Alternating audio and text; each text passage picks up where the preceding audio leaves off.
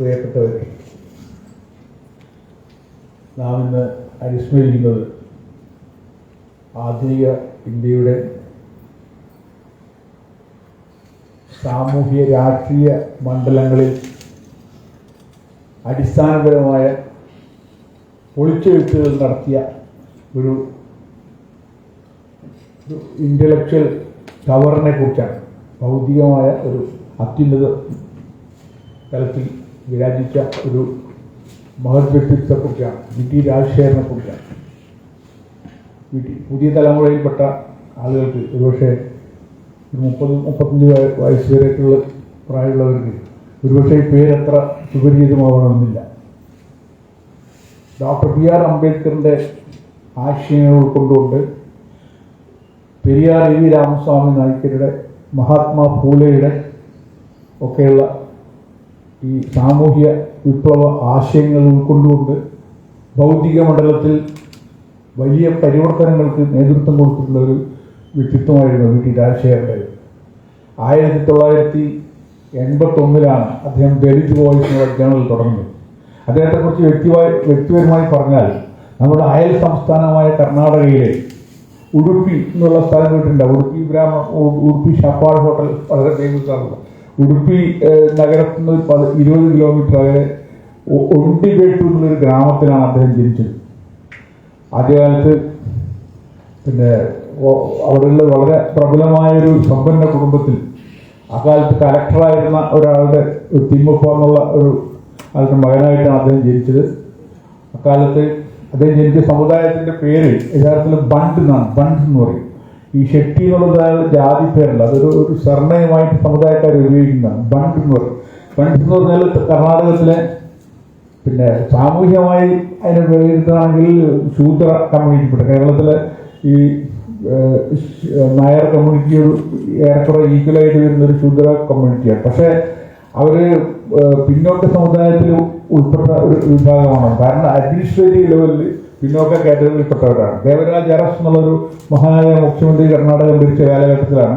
ഇന്നിപ്പോൾ കർണാടകത്തിൽ ബ്രാഹ്മണർ ഒഴികെയുള്ള ഒരു ഭൂരിപക്ഷ സമുദായങ്ങൾ അവിടെ പിന്നോക്ക സമുദായങ്ങളാണ്. അപ്പോൾ അങ്ങനെ ബാക്ക്വേർഡ് കമ്മ്യൂണിറ്റി പറയാവുന്ന ഒരു കമ്മ്യൂണിറ്റിയിലാണ് അദ്ദേഹം ജനിച്ചത്. ഫണ്ട്സ് എന്നുള്ളത്. ഫണ്ട് എന്നുള്ള കമ്മ്യൂണിറ്റി കർണാടകത്തിലെ പോപ്പുലേഷനിൽ 10% വരും. വളരെ പവർഫുൾ ആയിട്ടുള്ള കമ്മ്യൂണിറ്റിയാണ്. ബ്രാഹ്മണരുമായിട്ട് വളരെ നിരന്തരമായി പോരാടിക്കൊണ്ടിരുന്ന ഒരു കമ്മ്യൂണിറ്റിയായിരുന്നു. കേരളത്തിലെ ശൂദ്രരായുള്ള നായന്മാരെ പോലെയുള്ള ആത്മാഭിമാനമില്ലാത്ത ഒരു ബാസ്റ്റാർഡ് കമ്മ്യൂണിറ്റി അല്ല. അവർ വളരെ ഫൈറ്റ് ചെയ്തൊരു കമ്മ്യൂണിറ്റിയാണ്. പക്ഷേ കുറച്ചു കാലത്തിനുള്ളിലായി നിർഭാഗ്യകരെന്ന് പറഞ്ഞിട്ട് ആ കമ്മ്യൂണിറ്റി പൂർണ്ണമായിട്ടും സംഘീവൽക്കരിക്കപ്പെട്ടിരിക്കുകയാണ്. അവർക്ക് ഇപ്പോൾ 9 MLA-മാരുണ്ട്, MP-മാരുണ്ട്, MLA-മാരുണ്ട്. അതിൽ 8 പേരും BJP-കാരാണ്, ഒരു കോൺഗ്രസ്സുകാരാണ്. അപ്പോൾ ആ കമ്മ്യൂണിറ്റിയുടെ ഒരു അവസ്ഥ ഞാൻ പറഞ്ഞിരുന്നു. അപ്പോൾ ഇദ്ദേഹം ചെറുപ്പത്തിൽ ചെറിയ പ്രായത്തിൽ തന്നെ ഉള്ള അനുഭവങ്ങൾ, ബ്രാഹ്മൺ സഹപ്രവർത്തകരിലും സഹപാഠികളിൽ നിന്നുണ്ടായിട്ടുള്ള അനുഭവങ്ങളിലുള്ള വിവേചനത്തിൻ്റെ ഭാഗമായിട്ടാണ് അതിനെക്കുറിച്ച് ചിന്തിക്കുകയും എൻ്റെ പ്രവർത്തന മണ്ഡലം തിരഞ്ഞെടുത്തപ്പോൾ കുറച്ചു കാലം അദ്ദേഹം ബോംബെ മിൽ തൊഴിലാളിയായിട്ട് വർക്ക് ചെയ്യുന്നത് ഒരു വർഷത്തോളം. പിന്നീടാണ് പത്രപ്രവർത്തന രംഗത്തേക്ക് ചെയ്യുന്നത്. 25 വർഷക്കാലം ഇന്ത്യൻ എക്സ്പ്രസ്, പാട്രിയറ്റ് തുടങ്ങിയിട്ടുള്ള നിരവധി ദേശീയ പത്രങ്ങളിൽ ഡെപ്യൂട്ടി ചീഫ് റിപ്പോർട്ടറായിട്ട് വർക്ക് ചെയ്ത ആളാണ് അദ്ദേഹം. ആ കാലഘട്ടത്തിൽ അദ്ദേഹത്തിൻ്റെ ഈ പിന്നോക്ക വിഭാഗങ്ങളോടും ദലിതരോടും മുസ്ലിങ്ങളോടുമുള്ള സമീപനം, മനുഷ്യത്വപരമായ സമീപനവും ആ രീതിയിലുള്ള റിപ്പോർട്ടുകളും പുറപ്പിക്കാൻ സാധിക്കാതെ ഇന്ത്യൻ എക്സ്പ്രസ് അദ്ദേഹത്തെ പുറത്താക്കുകയുണ്ടായത്. അത് പറഞ്ഞ കാരണം എന്ന് വെച്ചാൽ മറ്റു പത്രങ്ങൾക്ക് ലേഖനങ്ങൾ എഴുതുന്നുള്ള പേര് പറഞ്ഞിട്ടാണ് മറ്റൊരു വ്യാജ സ്റ്റോറി ഉണ്ടാക്കിയിട്ടാണ് അദ്ദേഹം പുറത്താക്കുന്നത്. അങ്ങനെ 1981 അദ്ദേഹം ദലിത് വോയിസ് ഉള്ള ഒരു ജേണൽ തുടങ്ങുന്നത്. ദലിതരുടെയും പിന്നോക്ക വിഭാഗങ്ങളുടെയും മൈനോറിറ്റീസിന്റെയും താല്പര്യങ്ങൾ സംരക്ഷിക്കാൻ വേണ്ടി തുടങ്ങിയിട്ടുള്ള ജേണലാണ് ദലിത് വോയിസ്. ഏകദേശം 110 രാജ്യങ്ങളിൽ, യൂണിവേഴ്സിറ്റികളിൽ, അക്കാഡമിക് സർക്കിളുകളിൽ, ലീഗൽ സർക്കിളുകളിലൊക്കെ സർക്കുലേഷൻ ഉണ്ടായിരുന്ന ഒരു ജേണലായിരുന്നു ദലിത് വോയിസ് പറഞ്ഞാൽ. ഇവിടെ എത്ര പേർക്ക് അതിനെപ്പറ്റി അറിയാം? ഞാൻ 81 അതായത് first issue, pre launch issue എന്നൊരു ഇഷ്യൂ ഇറക്കിയിരുന്നു. ആ ലക്കം കണ്ടതിന് ശേഷമാണ് ഞാൻ ദലിത് വോയിസുമായിട്ട് ബന്ധപ്പെടുന്നതും അത് വായിച്ച് തുടങ്ങിയതിന് ശേഷം അതിൻ്റെ ഭാഗമായി അതിൻ്റെ പ്രചാരകനായി അതിനെ പരിഭാഷപ്പെടുത്തുകയും അത് വ്യാപകമായി സർക്കുലേറ്റ് ചെയ്യുകയും തുടങ്ങിയിട്ടുള്ളത് 81 മുതൽക്കാണ്. ഇപ്പൊ ഞാൻ പറഞ്ഞു വന്നു അദ്ദേഹത്തിന്റെ ഒരു പ്രവർത്തനം ഈ ദലിത് വോയിസ് തുടങ്ങിയതോടുകൂടി മിക്കവാറും എല്ലാ മാസങ്ങളിലും ഒരു പ്രാവശ്യമെങ്കിലും ദലിത് വോയിസ് ഓഫീസിൽ ബാംഗ്ലൂർ പോകുമായിരുന്നു. അപ്പൊ അവിടുന്ന് ഈ മെയിൽ ചെയ്യുന്ന സമയത്തുള്ള ഇവരുടെ ലിസ്റ്റ് കണ്ടപ്പോഴാണ് ഞാൻ പലപ്പോഴും അത്ഭുതപ്പെട്ടു വരുന്നത്. 110ഓളം രാജ്യങ്ങളിലേക്ക് ഈ സാധനം പോകുന്നുള്ളത് അന്ന് ഞാൻ നേരിട്ട് മനസ്സിലാക്കിയ ഒരു കാര്യമാണ്. അതിന്റെ സർക്കുലേഷൻ ഓഫ് ടീച്ചോ അതിനെക്കുറിച്ചൊന്നും അങ്ങനെ ഒരു പരസ്യം കൊടുക്കുന്ന സ്വഭാവകാരനായിരുന്നില്ല പ്രത്യേകം. അപ്പോൾ ഒരു യുക്തിവാദിയായ ഒരു സാമൂഹ്യ പ്രവർത്തന ജീവിതം ആരംഭിച്ച ഒരാളാണ് ഞാൻ. യുക്തിവാദി, കടുത്ത യുക്തിവാദമായിരുന്നു. സ്കൂൾ പഠിക്കുന്ന കാലത്തെ യുക്തിവാദമായിരുന്നു. പക്ഷെ അന്ന് ഞാൻ പെരിയാറിന്റെ ലൈനിലായിരുന്നു. പെരിയാർ അതേപോലെ തന്നെ സഹോദരന്റെ ലൈനിൽ യുക്തിവാദി പ്രവർത്തനം നടത്തിയ കാലഘട്ടമായിരുന്നു. അപ്പൊ അന്ന് യുക്തിവാദി മേഖലയിൽ നാരായണൻ നായർ, പവനൻ പോലെയുള്ള കുറെ നായന്മാരും കുറച്ച് നമ്പൂതിരിമാരൊക്കെ പിന്നെ യുക്തിവാദി മേഖല കൈകാര്യം ചെയ്യുന്നൊരു കാലഘട്ടമാണ്. ഇപ്പോഴും അവർക്ക് ഡോമിനേഷൻ ഉണ്ട്. അപ്പൊ അവരുടെ യുക്തി എന്ന് വെച്ചാൽ അതൊരു സവർണ യുക്തിയാണെന്ന് തിരിച്ചറിഞ്ഞിട്ട് ഞങ്ങൾ ഒരു സ്റ്റേജിൽ നിന്ന് കഴിപിരിഞ്ഞ കാലഘട്ടത്തിലാണ് ഞാൻ ഈ ദലിത് വോയിസ് ആയിട്ട് ബന്ധപ്പെടുന്നത്. അങ്ങനെ അതിന്റെ പിന്നെ പ്രചരണം ഏറ്റെടുക്കുകയും വ്യാപകമായിട്ട് കേരളത്തിലെമ്പാടും പിന്നെ ഈ ഇത് ഇംഗ്ലീഷിന്റെ സബ്സ്ക്രിപ്ഷൻ ചേർക്കുന്ന പരിപാടി ഒരുപാട് വന്നിട്ടുണ്ട്. ഇവിടെയുള്ള സെക്രട്ടേറിയറ്റ് അതുപോലുള്ള മറ്റ് ഡിപ്പാർട്ട്മെന്റിലൊക്കെ ഉയർന്ന ഉദ്യോഗസ്ഥന്മാർക്കൊക്കെ ഒത്തിരി പേർക്ക് ഈ ഇതിന്റെ സബ്സ്ക്രിപ്ഷൻ കൊടുക്കാൻ നേരിട്ട് കൊടുക്കാനും ഒക്കെ എനിക്ക് അവസരം ഉണ്ടായിട്ടുണ്ട്. പിന്നെ ഒരു ഏതാനും വർഷം മലയാളം അതിന്റെ പതിപ്പ് പബ്ലിഷ് ചെയ്യാൻ പിന്നെ കഴിഞ്ഞിട്ടുണ്ട്. അതിന് പ്രധാനമായിട്ട് നമ്മളെ കൂടെ പ്രധാന പങ്ക് വഹിച്ച ഒരാളാണ് നമ്മളെ കൂടെ ഇരിക്കുന്ന ഹരി. അദ്ദേഹം ഇതിന്റെ മലയാളം പ്രസിദ്ധീകരണത്തിൽ വലിയ പങ്ക് വഹിച്ച ഒരാളാണ്. പറഞ്ഞു വന്നത് വിദ്യാറിന്റെ ഒരു പിന്നെ എഴുത്തുകൾ ഞാനത് ആദ്യം കോപ്പി വായിച്ചപ്പോൾ എൻ്റെ മനസ്സിൽ ഞാൻ പ്രശ്നങ്ങളെ കണ്ടിരുന്ന അതേ ആംഗിളിൽ ഈ വിഷയം അവതരിപ്പിക്കുന്ന കണ്ടതോടുകൂടിയാണ് ഞാൻ ഇതിന്റെ ഭാഗമായി മാറുന്നത്. ആദ്യ ലക്കം വായിച്ചപ്പോൾ തന്നെ എഴുതിയിട്ടുള്ള കത്തുകൾ അത് ദലിത് വോയിസ് പബ്ലിഷ് ചെയ്തു. ദലിത് വോയിസിന്റെ പ്രത്യേകത എന്താ വെച്ചാൽ ഈ എഡിറ്റർക്കുള്ള കത്തുകൾക്ക് ഒരു 3, 4, 5 പേജൊക്കെ മാറ്റി വെക്കുന്ന ഒരു പ്രസിദ്ധീകരണമാണ്. ഒരു പക്ഷേ ഇന്നും ഇന്ത്യയിൽ അങ്ങനത്തെ ഒരു സ്വഭാവം ഏതെങ്കിലും പത്രത്തിനുണ്ടോ എന്നുള്ളത് സംശയമാണ്. ആ പത്ര എഡിറ്റർക്കുള്ള കത്തുകളിലൂടെയാണ് ലോകത്തിന്റെ വിവിധ ഭാഗങ്ങളിൽ നിന്നുള്ള വിവിധ ജനസമുദായങ്ങളുടെ കാഴ്ചപ്പാടുകളിൽ നിന്നും വായിച്ച് അറിഞ്ഞത്. അപ്പോൾ അതിലത് ഞാൻ മുന്നോട്ട് വെച്ചിട്ടുള്ള ഏറ്റവും പ്രധാനപ്പെട്ട സംഗതി ജാതി വ്യവസ്ഥയെ കുറിച്ചുള്ള ഒരു വളരെ കൃത്യമായിട്ടൊരു കാഴ്ചപ്പാടായിരുന്നു. ജാതി എന്നുള്ളത് അത് ഒരു വെറുമൊരു വാക്കല്ലെന്നും അതൊരു വളരെ അടിസ്ഥാനപരമായിട്ടുള്ളൊരു സാമൂഹിക ഒരു വലിയൊരു വിഭാഗത്തിന് സാമൂഹ്യ മൂലധനമാണ്, സാമൂഹ്യ രാഷ്ട്രീയ സാമ്പത്തിക മൂലധനമാണെന്നും മറ്റുള്ള വലിയ വിഭാഗത്തിന് അത് എല്ലാ മനുഷ്യാവകാശങ്ങളിലും നിഷേധം കൂടിയാണെന്നുമുള്ള വളരെ ശാസ്ത്രീയമായിട്ടുള്ള വിഷയങ്ങൾ ഡോക്ടർ അംബേദ്കറിന്റെ കാഴ്ചപ്പാടുകൾ ദലിത് വോയിസിലൂടെ നിരന്തരം വന്നുകൊണ്ടിരിക്കുകയായിരുന്നു. അപ്പൊ അതിന് കുറേയൊക്കെ മലയാളത്തിൽ പരിഭാഷപ്പെടുത്താനും വ്യാപകമായി പബ്ലിഷ് ചെയ്യാനുള്ള ഒരു അവസരം ഭാഗ്യം എനിക്ക് ഉണ്ടായിട്ടുണ്ട്. അതിൽ ഒത്തിരി പേര് ഹരീനെ പോലെയുള്ള നിരവധി സുഹൃത്തുക്കൾ അതിന്റെ സജീവ ഭാഗമായിട്ടായിരുന്നു.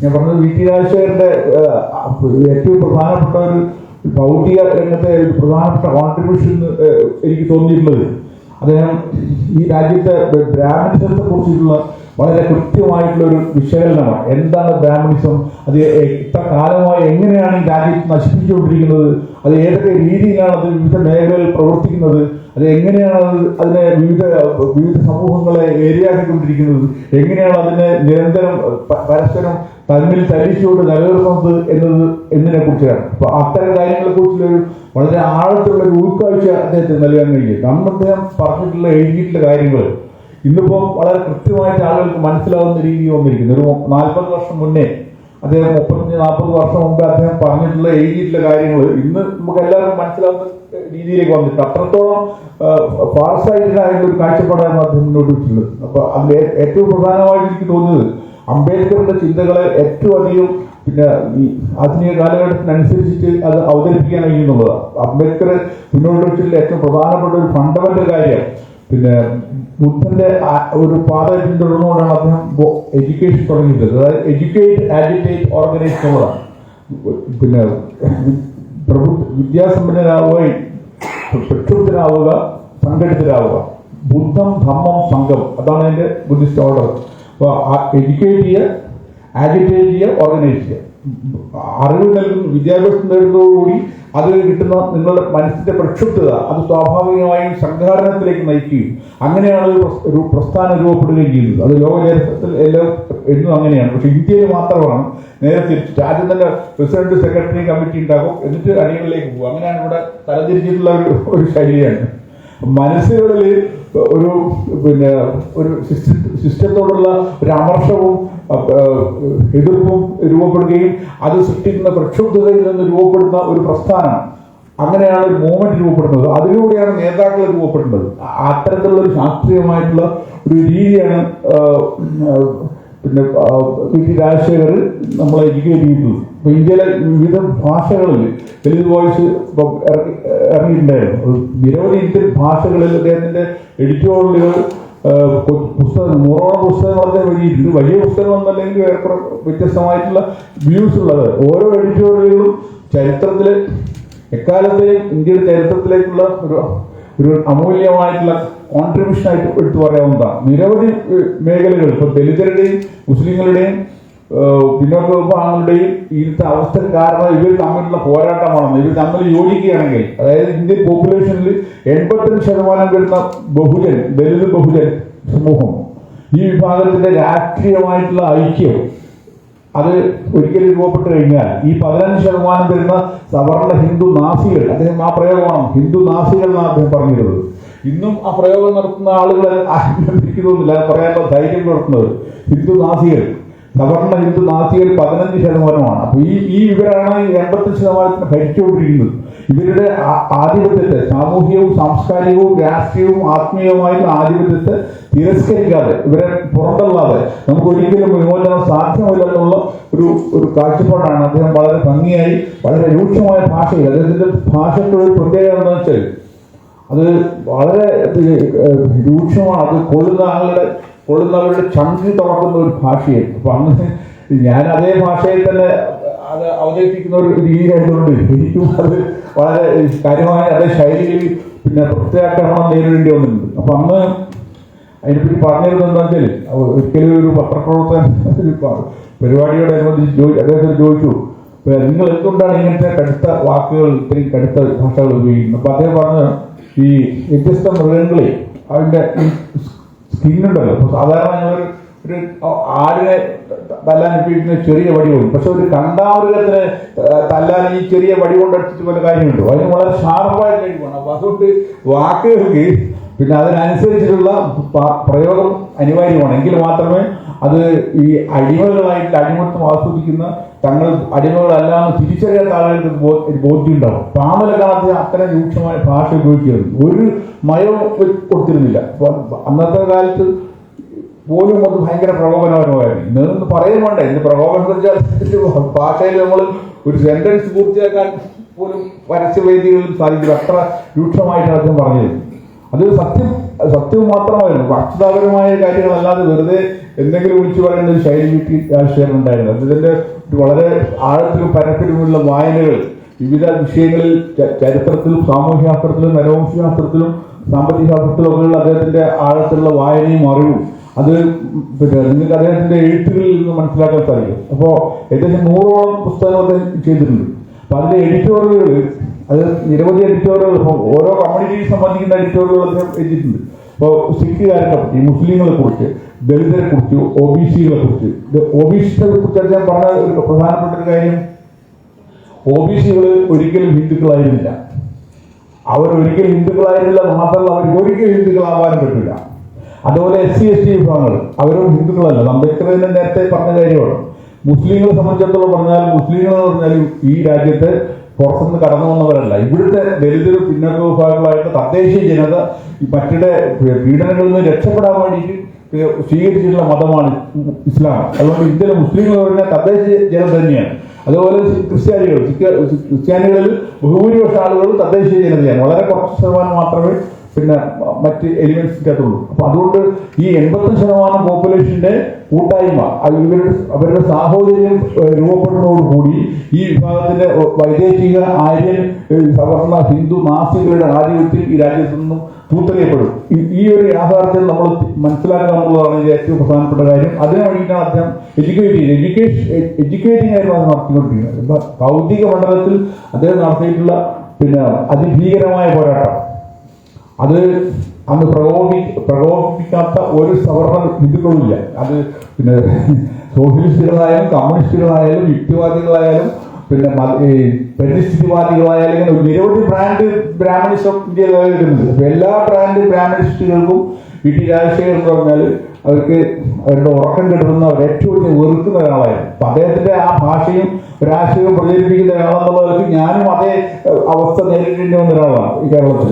അപ്പോൾ ഇപ്പോൾ പോലും നമ്മുടെ ഞാൻ പിന്നെ 10-20 വർഷം മുന്നേ പിന്നെ ഈ ഹിന്ദുത്വത്തിന്റെ ഇതിൽ നിന്ന് പുറത്തു കിടക്കാൻ വേണ്ടിയിട്ട് ഇന്നത്തെ സാഹചര്യത്തിൽ ഏറ്റവും ഉചിതമായ മതം ഇസ്ലാമാണെന്ന് സ്വീകരിച്ച ഒരാളാണ്.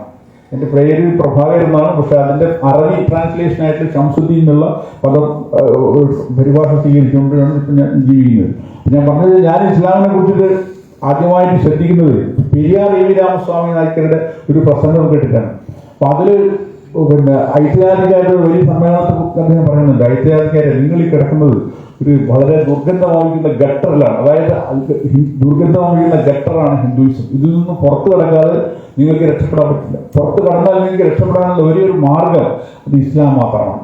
അപ്പൊ അന്ന് അത് 1925 നടത്തിയിട്ടുള്ള പ്രസംഗമാണ്. അപ്പൊ അത് വായിച്ചപ്പോഴേ യുക്തിവാദിയായ എന്നെ സംബന്ധിച്ചിടത്തോളം എനിക്കത് പിന്നെ ഒരു തരത്തിലും മനസ്സിലാവുന്നില്ല. എന്താണ് എൻ്റെ കുട്ടൻ സ്വാഭാവികമായിട്ടും പെരിയാറിനെ പോലെ ഒരാളങ്ങനെ പറയണമെങ്കിൽ അതിൻ്റെ എന്താണ് എൻ്റെ കാര്യം അറിയാൻ വേണ്ടി ഇസ്ലാമുമായിട്ട് ബന്ധപ്പെട്ടിട്ടുള്ള കിട്ടാവുന്ന സർവ്വ പുസ്തകങ്ങളും വായിച്ച് പഠിക്കാൻ തുടങ്ങി. അങ്ങനെയാണ് എനിക്ക് ഇസ്ലാമിനെ കുറിച്ച് ഒരു പിന്നെ ടി രാജശേഖരന്റെ എഴുത്തുകൾ വന്നതോടുകൂടിയിട്ട് ഇസ്ലാമിനെ കുറിച്ചിട്ട് അതുവരെ ഞാൻ മനസ്സിലാക്കിയിട്ടില്ലാത്ത പല കാര്യങ്ങളും ഒരു പുതിയ ആംഗിളിൽ ഉൾക്കൊള്ളാൻ എനിക്ക് സാധിച്ചു. അങ്ങനെയാണ് ഇസ്ലാമിനെ കുറിച്ചുള്ള പഠനം തുറന്നതും ഒടുവിൽ ബുദ്ധിസം ഒരു ആശയം എന്നുള്ള നിലയിൽ പിന്നെ കൊള്ളാമെങ്കിലും സാമൂഹിക യാഥാർത്ഥ്യം എന്നുള്ളതിൽ പിന്നെ ബുദ്ധിസത്തെ ബ്രാഹ്മണിസം വിഴുങ്ങിക്കഴിഞ്ഞെന്നും അതുകൊണ്ട് അതിനെക്കൊണ്ട് കാര്യമായിട്ടൊന്നും നമുക്ക് ചെയ്യാനില്ലെന്നും അവർ വെറുക്കുന്ന അവർ ഭയപ്പെടുന്ന ഒരേ ഒരു മതം ഇസ്ലാമാണെന്നുള്ളത് കൊണ്ടാണ് ഞാനത് സ്വീകരിക്കുന്നത്. ബ്രാഹ്മണിസത്തിന്റെ ശത്രു ബ്രാഹ്മണിസം എന്താണോ എന്തിനാണോ ഭയപ്പെടുന്നത് അതിനെ സ്നേഹിക്കുക. അതിനെ എന്തിനാണോ അവർ പിന്നെ പിന്നെ സ്നേഹിക്കുന്നത് അതിനെ വെറുക്കുക. ഇതാണ് അതിന്റെ ഏതൊരു പോരാട്ടത്തിലുള്ള ഒരു സംഭവമാണല്ലോ. ശത്രു വെറുക്കുന്നതിനെ സ്നേഹിക്കുകയും ശത്രു സ്നേഹിക്കുന്നതിനെ വെറുക്കുകയും എന്നുള്ളത് ഒരു മിനിമം ഏതൊരു പോരാട്ടത്തിലെ ഒരു അടിസ്ഥാന സ്വഭാവമാണ്. ഞാൻ പറഞ്ഞത് ടി രാജശേഖരൻ മുന്നോട്ട് വെച്ചിട്ടുള്ള ആശയങ്ങളിൽ ഏറ്റവും പ്രധാനപ്പെട്ട സംഭവം എന്താണെന്ന് വെച്ചാൽ ബ്രാഹ്മണിസം എന്നുള്ളത് അതൊരു ക്രിമിനൽ ദർശനമാണ്. സാമൂഹികവും സാമ്പത്തികവും രാഷ്ട്രീയവുമായി ബ്രാഹ്മണ സമുദായത്തിന്റെ അല്ലെങ്കിൽ സവർണ ഹിന്ദുക്കളുടെ ആധിപത്യത്തെ ഊട്ടിയുറപ്പിക്കാൻ വേണ്ടി തയ്യാറാക്കിയിട്ടുള്ള ഒരു കപട ആത്മീയ ദർശനമാണ്. അതിന് ആത്മീയത പറയാൻ പറ്റില്ല. ആത്മീയതയിൽ സാധാരണ ഏതൊരു സ്പിരിച്വാലിറ്റിയും ഉണ്ടാകുന്ന നന്മയുടെ യാതൊരു മൂല്യങ്ങളും ഇല്ലാത്തൊരു സംഭവമാണ്. സ്നേഹം, കാരുണ്യം, സഹോദര്യം, ദയ ഇങ്ങനെയുള്ള മൂല്യങ്ങളാണല്ലോ മതങ്ങളുടെ ഒരു ഇത്. അങ്ങനെയുള്ള ഒരു സംഗതികളും ഇല്ലാത്ത ഒരു ക്രിമിനൽ വിവേചനത്തിന്റെ വിദ്വേഷത്തിന്റെ പിന്നെ വയലൻസിന്റെ വ്യഭിചാരത്തിന്റെ ഒരു ഐഡിയോളജി ദർശനം മാത്രമായിട്ടുള്ള ഈ ബ്രാഹ്മണിസത്തിൽ അതിനെ നിരാകരിക്കുകയല്ലാതെ അതിനെ നമുക്ക് കറക്റ്റ് ചെയ്യാൻ പറ്റില്ല. അംബേദ്കർ കണ്ടെത്തിയതാണ്. അതായത് you cannot change you cannot amend it, you have to end it എന്നുള്ളതാണ്. ഇതിനെ മാറ്റിത്തീർക്കാൻ പറ്റില്ല, അതിനെ അവസാനിപ്പിക്കല്ലാതെ ഇതിന് മാർഗമില്ല. കാരണം ഹിന്ദുയിസം എന്നുള്ള ഈ ബ്രാഹ്മണിസം അത് ഇന്ന് ഇന്ത്യ മാത്രമല്ല, അത് നാളെ ലോകത്തെ തന്നെ നശിപ്പിക്കും. അവർ എവിടെയൊക്കെ ഈ ഹിന്ദു നാസികൾ പോകുന്നുണ്ടോ അവിടെയൊക്കെ ജാതിയും കൊണ്ടാണ് അവർ പോകുന്നത്. ഇപ്പൊ ഇന്നിപ്പോ ലോകത്തിന്റെ പല ഭാഗങ്ങൾ യൂറോപ്യൻ രാജ്യങ്ങളിൽ UK യിലും US ലും അതുപോലെ ഓസ്ട്രേലിയ പോലെയുള്ള യൂറോപ്യൻ രാജ്യങ്ങളിലൊക്കെ തന്നെ ഇവർ ചെല്ലുന്ന എല്ലാ സ്ഥലങ്ങളിലും ഈ കാസ്റ്റ് സിസ്റ്റവും അതേപോലെ അതുമായിട്ട് ബന്ധപ്പെട്ടിട്ടുള്ള വിവേചനങ്ങളും പ്രശ്നങ്ങളും പിന്നെ സംഭവങ്ങൾ നടന്നുകൊണ്ടിരിക്കുകയാണ്. അതിന്റെ വാർത്തകൾ നമ്മൾ വായിക്കുന്നുണ്ട്. പറഞ്ഞത് ഈ ഒരു വിവേചനത്തെ കുറിച്ചിട്ട് ഇതിന്റെ ഈ പോരാട്ടങ്ങളെ കുറിച്ചിട്ടുള്ള പിന്നെ ഒരു അതിസൂക്ഷ്മമായിട്ടുള്ള ഒരു ദൂരക്കാഴ്ചയാണ് ടി രാജശേഖരൻ അവതരിപ്പിച്ചത്. സാംസ്കാരിക രംഗത്തുള്ള അധിനിവേശം അതാണ് ഏറ്റവും മാരകമായിട്ടുള്ളത്. അദ്ദേഹം പറഞ്ഞത് cultural aggression is the most dangerous aggression it is country. സാംസ്കാരികമായിട്ട് കീഴ്പ്പെടുത്തപ്പെടുന്ന ഒരു ജനത അവർ രാഷ്ട്രീയമായിട്ടും ആത്മീയമായിട്ടും അടിമകളാക്കപ്പെടുന്നത് സ്വാഭാവികമായ കാര്യമാണ്. വളരെ ഈസിയായി കഴിയും. കൾച്ചറൽ സ്ലേവറി, ബ്രാഹ്മണന്റെ പിന്നെ ഈ പൂണൂലിന്റെ ഈ നന്മകൾ അവർ ശരിയെന്ന് കരുതുന്ന, അവർ ഉന്നതമെന്ന് കരുതുന്ന പിന്നെ എല്ലാ സംഗതികളും അത് അടിസ്ഥാനപരമായ മാനവിക വിരുദ്ധമാണെന്നും അതിനോടുള്ള ആദരവ് പുലർത്തുന്ന വേറൊരു കാഴ്ചപ്പാടും അത് അടിമത്തത്തെ സഹായിക്കുന്നതാണ്. നിങ്ങൾക്ക് ബ്രാഹ്മണനോട് നിങ്ങൾക്ക് ആദരവ് ഉണ്ടെങ്കിൽ അത് സ്വാഭാവികമായിട്ട് നിങ്ങൾക്ക് കൊലയിനോട് അവജ്ഞയുണ്ടാവും. കാരണം ഇത് രണ്ടും ഒരു നാണയത്തിന് രണ്ട് വശങ്ങളാണ്. ബ്രാഹ്മണനോടുള്ള ഏത് സമുദായത്തിൽപ്പെട്ട ആളുകളാണെങ്കിലും ഒരു പരിപാടിയിൽ ബ്രാഹ്മണൻ നമ്പൂതിരി വന്നു കഴിഞ്ഞാൽ ഉടനെ നമ്മൾ ആസനം പൊങ്ങിപ്പോവും. അങ്ങനത്തെ ഒരു മൈൻഡ് സെറ്റ് നമ്മളെ ഇന്ത്യ രാജ്യത്ത് നിലനിൽക്കുന്നുണ്ട്. അപ്പൊ അതിന് അർത്ഥം എന്താ വെച്ചാൽ ജാതി മത ഭേദമന്യേ ബ്രാഹ്മണനോടുള്ള ഈ ഒരു ആദരവുണ്ടല്ലോ, അതിന് നേരെ നോർമലായിട്ട് വരുന്നതാണ് ദലിതനോടുള്ള അവജ്ഞ, പുച്ഛം. ദലിതനോട് മാത്രമല്ല, ദലിത് സ്ത്രീയോടാണെങ്കിലാണ് ഏറ്റവും പിന്നെ പറയുന്നത്. പൊലയൻ എന്നുള്ള പറഞ്ഞാൽ കുറച്ചും കൂടി ശരിക്കും. പക്ഷെ പൊലച്ചി എന്ന് പറഞ്ഞാൽ ഏറ്റവും ഹീനമായിട്ട് ആ രീതിയിലുള്ള ഒരു വംശീയ ബോധം പിന്നെ ഈ ബ്രാഹ്മണ്യം വളർത്തിക്കൊണ്ടിരുന്നില്ല. അപ്പൊ ഈ രീതിയിൽ ഇതിന്റെ മൂല്യങ്ങളെ, ബ്രാഹ്മണ്യ മൂല്യങ്ങളെ നമുക്ക് തിരിച്ചറിയുകയും അതിനെ തിരസ്കരിക്കുക എന്നുള്ളത് വളരെ പ്രധാനമാണ്. അതിനെക്കുറിച്ചുള്ള ഒരു തിരിച്ചറിവ് നൽകുന്നതായിരുന്നു അദ്ദേഹത്തിന്റെ നിരവധി എഡിറ്റോറിയലുകൾ. ഇപ്പോൾ ഈ വെജിറ്റേറിയനിസത്തെ കുറിച്ചുള്ള കാഴ്ചപ്പാട്, വെജിറ്റേറിയൻ നോൺ വെജിറ്റേറിയൻ എന്നുള്ള പ്രയോഗമുള്ളത്. അത് വാസ്തവത്തിൽ ഇന്ത്യയിലെ 90% ആളുകൾ മത്സ്യമാംസം കഴിക്കുന്നവരാണ്. ഒരു 5% മാത്രമേ ഈ പച്ചക്കറി പച്ചപ്പൊരുള്ളൂ. അതിൽ തന്നെ പുതിയ തലമുറ ഇപ്പോൾ വീട്ടിൽ പട്ടി വളർത്തുന്നുണ്ട്. അത് പട്ടി കൊടുക്കാൻ വേണ്ടിയിട്ട് ബീഫ് വാങ്ങി ബ്രാഹ്മണ യുവാക്കളൊക്കെ ഇപ്പോൾ നന്നായിട്ട് മാംസം കഴിക്കുന്നവരാണ്. കാരണം അവർക്ക് ബ്രെയിൻ മാത്രമല്ല മസിലും പവർഫുൾ ആണെന്നുള്ളതുകൊണ്ടേ. പറഞ്ഞത് പിന്നെ ഈ ഇത്രയും ഭൂരിപക്ഷം മനുഷ്യർ കഴിക്കുന്ന മാംസം കഴിക്കുന്ന ഒരു രാജ്യത്ത് മീറ്റേറിയൻ നോൺ മീറ്റേറിയൻ എന്നാണ് നമ്മൾ ശരിക്കും പറയേണ്ടത്. വെജിറ്റേറിയൻ എന്നുള്ള വാക്ക് പ്രയോഗിക്കേണ്ട ആവശ്യമേ ഇല്ല. കാരണം അത്രത്തോളം അതിന് പ്രസക്തിയില്ല. മീറ്റേറിയൻ നോൺ മീറ്റേറിയൻ ആ രീതിയിൽ വേണം നമ്മൾ കാണാൻ. ഞാൻ പറഞ്ഞത് ഇത്തരത്തിലുള്ള സാംസ്കാരികമായിട്ടുള്ള പിന്നെ ഈ അധിനിവേശം നമ്മൾ കീഴാളത്തിൽ സൃഷ്ടിക്കുന്നതിൽ പ്രയോഗങ്ങളുണ്ട് ഭാഷയിൽ. ഇപ്പോൾ തന്നെ മേൽജാതി കീഴ്ജാതി എന്നുള്ളത്. മേൽജാതി എന്ന് വെച്ചാൽ അങ്ങനെ ഒരു ജാതിയില്ല ലോകത്തിൽ. ഇവിടെ വന്നിട്ടുള്ളത് മൈഗ്രന്റ് കാസ്റ്റുകളാണ്. അപ്പർ കാസ്റ്റ് എന്ന് പറയുന്നത് മൈഗ്രന്റ് കാസ്റ്റാണ്. അത് ഇന്ത്യയിലെ തദ്ദേശീയ ജനതയാണ് ലോവർ കാസ്റ്റ് എന്ന് പറയുന്നത്. ലോകത്തിൽ എല്ലാ രാജ്യങ്ങളിലും മൈഗ്രൻസ് ഉണ്ട്. മൈഗ്രൻസ് ഉണ്ട്, നേറ്റീവ്സ് ഉണ്ട്. ഇന്ത്യയിലുള്ള മൈഗ്രൻസ് അവർ തങ്ങൾ മേലെയാണെന്നും നേറ്റീവ്സ് ചോടയാണെന്ന് പറഞ്ഞിട്ട് അത് ദൈവശാസ്ത്രപരമായി ഇതിനെ സ്ഥാപിച്ചെടുക്കുകയും ഇവിടുത്തെ നേറ്റീവ്സിനെ കൊണ്ട് അംഗീകരിക്കുകയും ചെയ്തിട്ടുണ്ട്. അപ്പൊ ഇത്തരത്തിലുള്ള ചില ടെർമിനോളജികൾ, അതിലെ വ്യത്യാസങ്ങളെ കുറിച്ചൊക്കെ നമുക്ക് വളരെയധികം എഡ്യൂക്കേഷൻ തന്നിട്ടുള്ള ആളായിരുന്നു വി ടി രാജശേഖരൻ. അപ്പൊ എനിക്കൊക്കെ ആ ഒരു ബോധം വന്നത് അങ്ങനെയാണ്. അപ്പോ ഈ ആദിഭീകരനെ കുറിച്ചിട്ട് എനിക്ക് ശരിക്കും മനസ്സിലായത് അക്കാലത്താണ്. ആദിഭീകരൻ എന്ന് വെച്ചാൽ ഇവിടെ ആദിശങ്കരൻ എന്നാണ് പറയാ. ഭൂരിപക്ഷത്തിന് അറിവ് നിഷേധിച്ചിട്ടുള്ള പിന്നെ അതിഭീകരമായ പ്രവർത്തനം നടത്തിയില്ലാണ്. അയാളുടെ പേരിൽ ഒരു സർവകലാശാലയുണ്ട്. അതാണ് എന്റെ ഏറ്റവും വലിയ പിന്നെ ഭീകരമായ അവസ്ഥ. കാരണം ഭൂരിപക്ഷം മനുഷ്യർക്കും അറിവ് നിഷേധിച്ച ഒരു കൊടും ഭീകരന്റെ പേരിൽ ഒരു സർവകലാശാല സ്ഥാപിക്കുക എന്ന് പറഞ്ഞാൽ അതും കേരളത്തിൽ സ്ഥാപിച്ചതാരാണ്? ഒരു ശൂദ്രനാണ്. കരുണാകരൻ ആരാണെന്നുള്ള ഒരു ശൂദ്രനാണ് അതിനു വേണ്ടി മുൻകൈ എടുത്തിട്ടുള്ളത്. പറഞ്ഞത് അത്തരം പിന്നെ ഈ ഒരു പിന്നെ സാംസ്കാരികമായിട്ടുള്ള ഇത്തരം നിരവധി പിന്നെ ഈ ആധിപത്യ പ്രവണതകൾ നമ്മൾ തിരിച്ചറിയാതെ പോകുന്നുണ്ട്. കേരളത്തിൽ ഒരു അറ്റം മുതൽ മറ്റേ അറ്റം വരെ ഓടുന്ന ട്രെയിനിന്റെ പേര് പരശുരാമ എക്സ്പ്രസ് എന്നാണ്.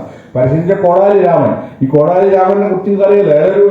ഒരു ഭീകരനായ ബ്രാഹ്മണനായിരുന്നു. അയാൾ നടത്തിയുള്ള ചരിത്രമൊക്കെ ഞാൻ പറഞ്ഞതെന്ന് വെച്ചാൽ എന്തുകൊണ്ടാണ് ഇത്തരം പ്രയോഗങ്ങൾ അവർ ഉപയോഗിക്കുന്നത്? നമ്മളെ ഡോമിനേറ്റ് ചെയ്യാനാണ്.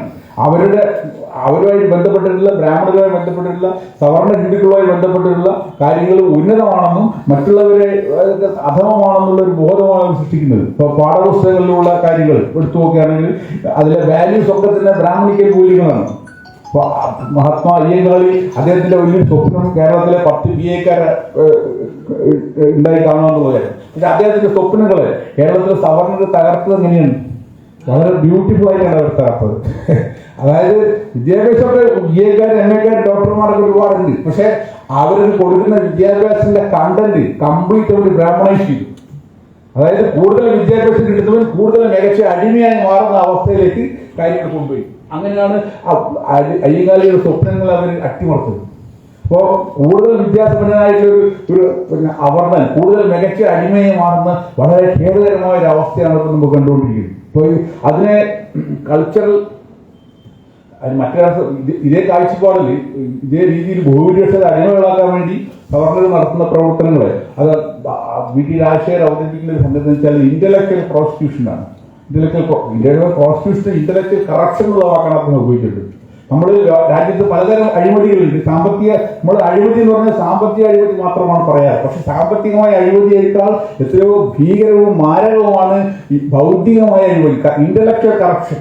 അതായത് ഒരു നേതാവ്, ഒരു ബുദ്ധിജീവിയാണ്, ഒരു എഴുത്തുകാരൻ, അയാളുടെ പിന്നെ ചിന്തകൾ, ബുദ്ധിപരമായ കഴിവുകൾ പിന്നെ സ്വന്തം സമുദായ താല്പര്യത്തിനെതിരെ ഉപയോഗിക്കുമ്പോൾ സംഭവിക്കുന്ന എന്താണ്? ആ സമുദായത്തെ തെറ്റായ ദിശയിൽ നയിക്കുകയും തെറ്റായ രീതിയിൽ സമൂഹത്തെ മിസ്ഗൈഡ് ചെയ്യുകയാണ്. അപ്പൊ അതുണ്ടാകുന്ന ഡാമേജ് വളരെ ഗുരുതരമാണ്. അപ്പൊ ഈ പിന്നോക്ക വിഭാഗങ്ങളിൽപ്പെട്ടിട്ടുള്ള, ദളിതരിൽപ്പെട്ടിട്ടുള്ള, മുസ്ലിങ്ങളിൽപ്പെട്ടിട്ടുള്ള നിരവധി ഇന്റലക്ച്വൽസ്, ബുദ്ധിജീവികൾ അവര് ഈ മേധാവി പിന്നെ ബ്രാഹ്മണിക്കൽ ഹിന്ദു ദാസികൾക്ക് അനുകൂലമായി സ്വന്തം ബുദ്ധിയെ പിന്നെ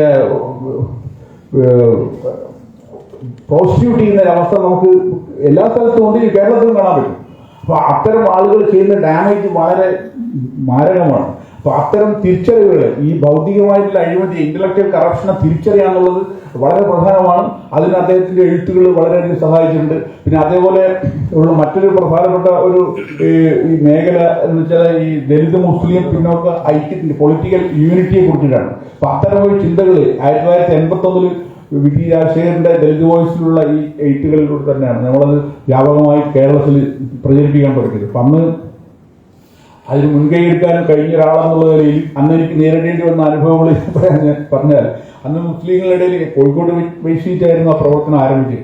അപ്പൊ അന്ന് ഈ ആശയം വളരെ അപൂർവം 4 വിരലിലുണ്ടാകുന്ന കുറച്ച് ആളുകൾ, മുസ്ലിം ലീഡേഴ്സ് മാത്രമാണ് അത് തിരിച്ചറിഞ്ഞിട്ടുള്ളത്. അതുപോലെ ദലിതരുടെ പിന്നെ 2-3 ആളുകളെ മാക്സിമം ഞാൻ കണ്ടിട്ടില്ല. ഞാനത് മനസ്സിലാക്കുന്നതിന്റെ കാര്യം പിന്നെ തിരിച്ചറിഞ്ഞത്. അവർ പറഞ്ഞ് മുസ്ലിങ്ങൾ അവരും മുസ്ലിങ്ങൾ, നമുക്കിപ്പോൾ അവരുമായിട്ട് എന്താണ് അതിൻ്റെ കാര്യം എന്താണെന്നുള്ളത് എന്നുള്ള ഇലയില്ല. മുസ്ലിങ്ങളും അങ്ങനെ തന്നെയായിരുന്നു. ദലിതരായിട്ട് നമുക്കിപ്പോൾ ഉണ്ടാകുന്ന കാര്യം എന്നുള്ളതാണ്. അപ്പോൾ അന്ന് വളരെ കുറച്ച് പേരേ ഉള്ളൂ. അപ്പോൾ അതിൽ തിരിച്ചറിഞ്ഞില്ല. അന്ന് നമ്മളെ മനസ്സിലാക്കിയപ്പോൾ കൂടെ വന്നിട്ടുള്ള അപൂർവ ചില ആളുകളില്ല. ഇന്നിപ്പോൾ പ്രധാനപ്പെട്ട 2 പേര് ഇന്നിപ്പോൾ പിന്നെ തടവറകളിലാണ്. Doctor P. Koya Sahib, doctor Abubakar Sahib. ഇതൊക്കെ ഡൽഹിയിൽ തിഹാർ ജയിലിലാണ് കൂടുതൽ. ഭൗതികമായി പിന്നെ ഉള്ളൊരു നേതൃത്വം കൊടുക്കാൻ, അതായത് ചിന്തിക്കുക. ഇന്ത്യയിൽ പിന്നെ വിദ്യാഭ്യാസം പറയാനുള്ള 2 കാര്യം, 2 സംഗതിയാണ് ഇന്ത്യയിൽ അനുവദിക്കപ്പെടാത്തത്. എന്ത് കിട്ടിയാൽ സാധ്യമാണ്, അനുവദനീയമാണ്. കൊള്ള, പിന്നെ കൂട്ടക്കൊല, കറപ്ഷൻ, അതൊക്കെ.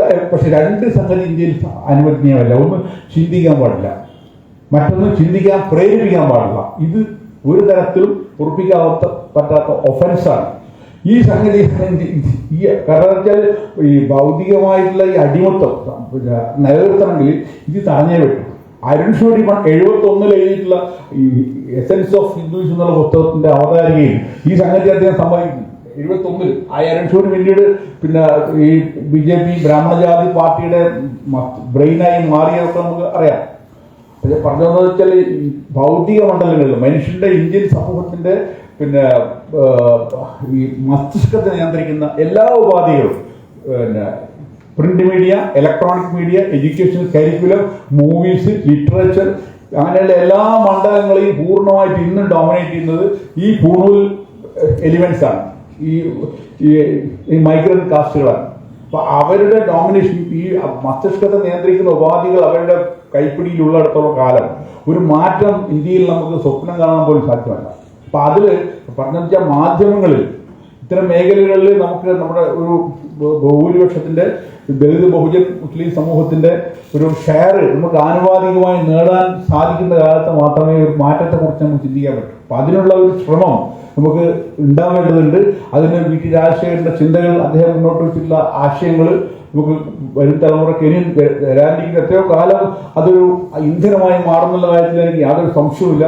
എന്തായാലും എഴുതിയിട്ടുള്ള 100ഓളം പുസ്തകങ്ങളും ദലിത് വോയിസിന്റെ പിന്നെ 31 വർഷത്തോളമുള്ള കംപ്ലീറ്റ് ഡിജിറ്റലൈസ് ചെയ്തുകൊണ്ടിരിക്കുകയാണ്. അപ്പോൾ അത് അടുത്ത കാലം തന്നെ ചുരുങ്ങിയ കാലത്തിനുള്ളിൽ തന്നെ ലോകത്തെമ്പാടും എക്കാലവും എല്ലാ മനുഷ്യർക്കും അത് വായിക്കാനും അത് ആക്സസ് ചെയ്യാനും കഴിയുന്ന ഒരു അവസ്ഥയിലേക്ക് അതിന്റെ വർക്ക് നടന്നുകൊണ്ടിരിക്കുകയാണ്.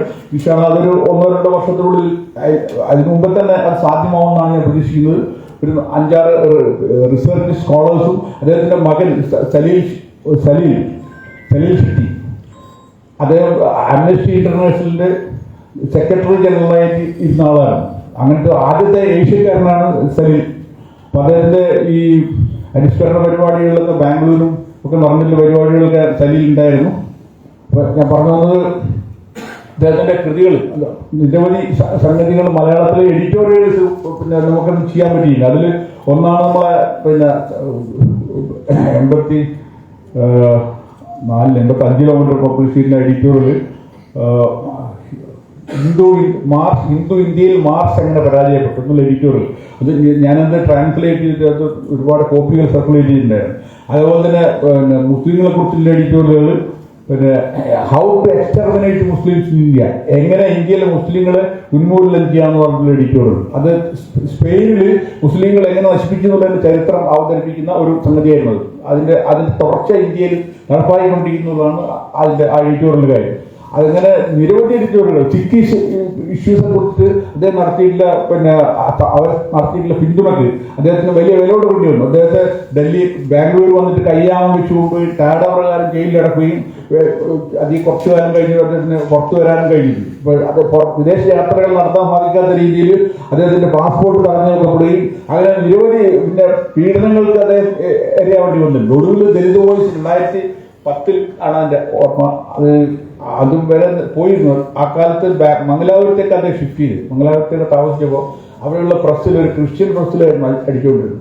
ആ പ്രസ്സുകാർക്കെതിരെ 10-30ഓളം കേസുകൾ കൊണ്ടുവന്നിട്ട് RSSകാർ പേര് ഭയപ്പെടുത്തി. അങ്ങനെ ഒടുവിൽ പബ്ലിക്കേഷൻ നിലച്ചുപോയി. അങ്ങനെയാണ് പിന്നെ അതിന്റെ പബ്ലിക്കേഷൻ നിലച്ചുപോയി. അപ്പോഴേക്കും വിദ്യാർത്ഥി പിന്നെ പ്രായമായി. പിന്നെ അത്തരത്തിലൊരു ഇന്റലക്ച്വൽ ആക്ടിവിറ്റിക്ക് പറ്റിയ അവസ്ഥയായിരുന്നില്ല. അങ്ങനെ കുറച്ചു കാലത്തെ ഒരു വർഷമായിട്ട് തീർത്തും പിന്നെ ഈ